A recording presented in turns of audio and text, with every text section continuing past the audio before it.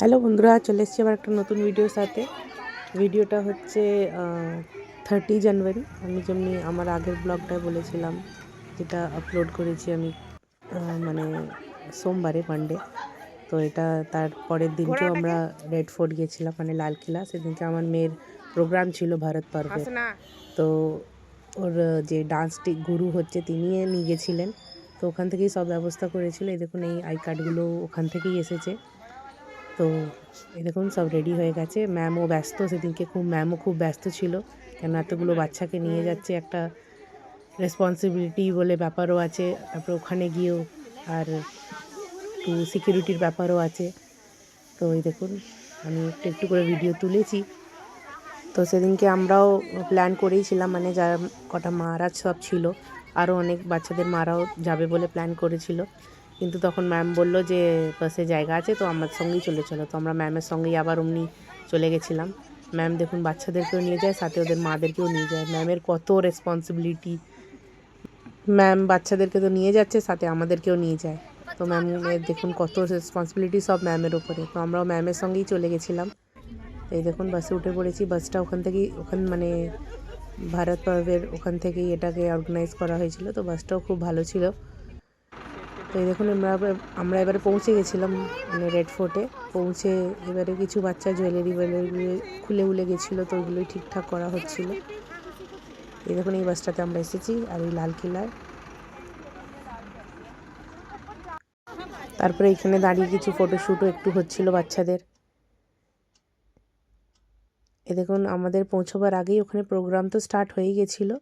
আর ওখানেও মানে সেদিনকে কিছু এমনি ক্লাসিক্যাল ডান্সেরই একটু মনে হচ্ছে মেন থিমটা ছিল। তো যতজনই এসেছিলো এমনি ওখানে এই ক্লাসিক্যাল ডান্স ফর্মটাই করছিল। তো এই দেখুন ক্লাসিক্যাল ডান্স ফর্ম হচ্ছে অলরেডি।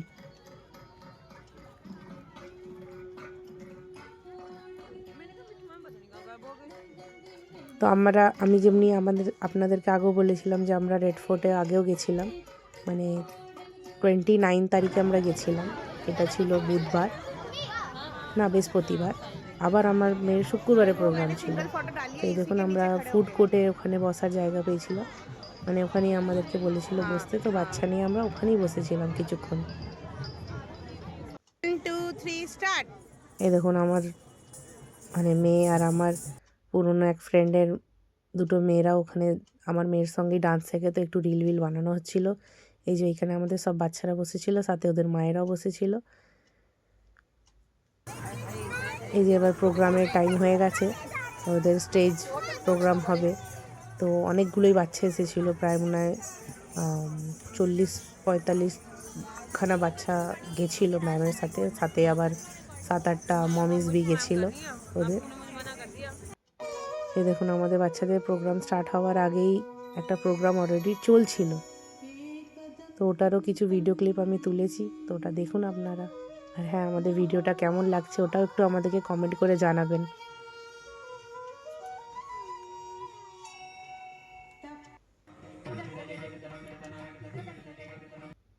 थीम पवेलियन किसने देखे? किसी ने देखे थीम पवेलियन? जो झांकियां 26 जनवरी की परेड की हिस्सा रही हैं? जी देखे?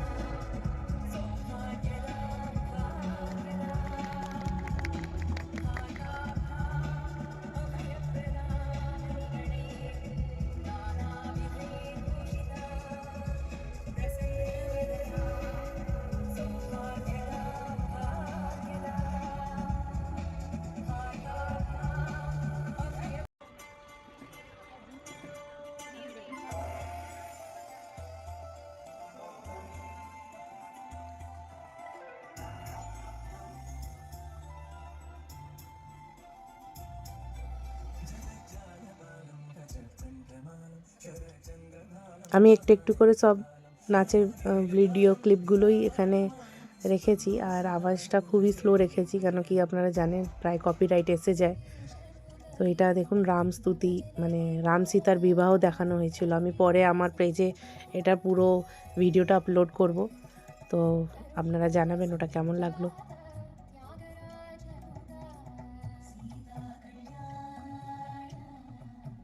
আমি যখনই আমার মেয়ের কোনো প্রোগ্রাম দেখার চান্স পাই তো আমি মিস করি না।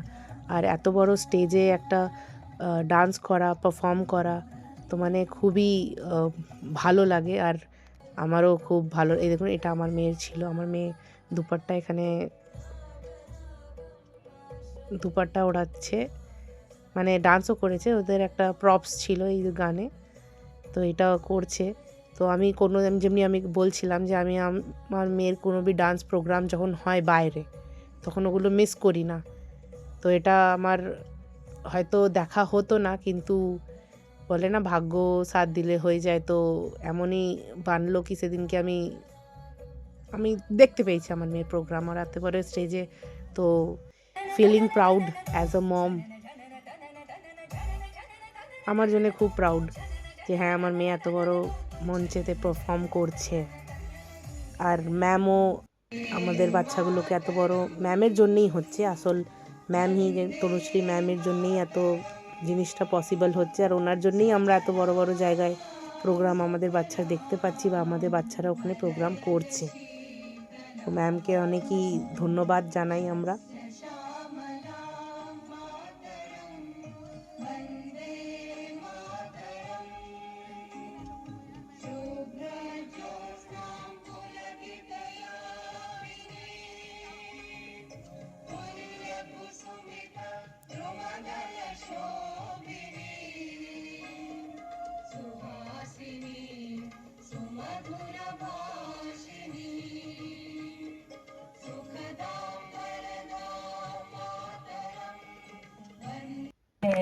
जैसे आप देख रहे हैं देश के कोने कोने से आए हुए कलाकार यहाँ पे खूबसूरती से अपनी कला प्रस्तुत कर रहे हैं और हम सब को अवसर मिल रहा है इतनी खूबसूरत प्रस्तुति का आनंद उठाने के लिए।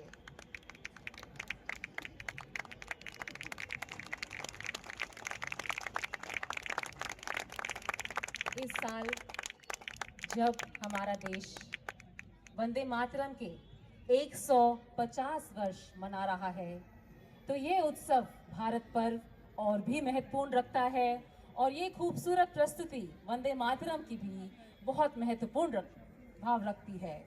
धन्यवाद सभी कलाकारों का, थैंक यू। যে তারপরে আবার এখানে ফটোশ্যুট হচ্ছিল আমাদের বাচ্চাদের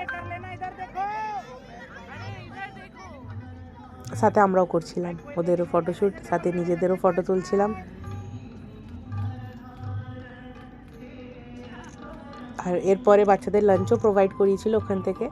আর আমরাও একটু টুকিটাকি জিনিস খেয়েছি। দেখুন হিমাচলের ফেমাস কি সিধু বলে এটাকে, তো আমি ফার্স্ট টাইম ট্রাই করেছিলাম। এই যে আমি বলছিলাম না আমার ফ্রেন্ড আছে, এই দেখুন এই ম্যামটা হিমাচলের, তো ওই ম্যামই বললো যে সিধু, আর এই যে চানাটাকে ওরা বলছিল কি মাদ্রা চাওয়াল, তো ওটাও হিমাচলের ফেমাস ডিশ হচ্ছে। তো আমরা এই দুটো ট্রাই করেছিলাম।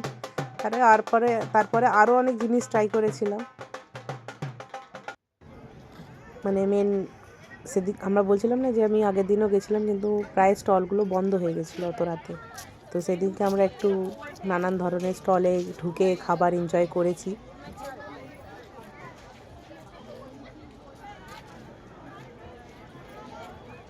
এই যে তারপরে আমরা ট্রাই করেছিলাম মোমোস, এটা সিকিমের স্টলে এনজয় করছিলাম আমরা।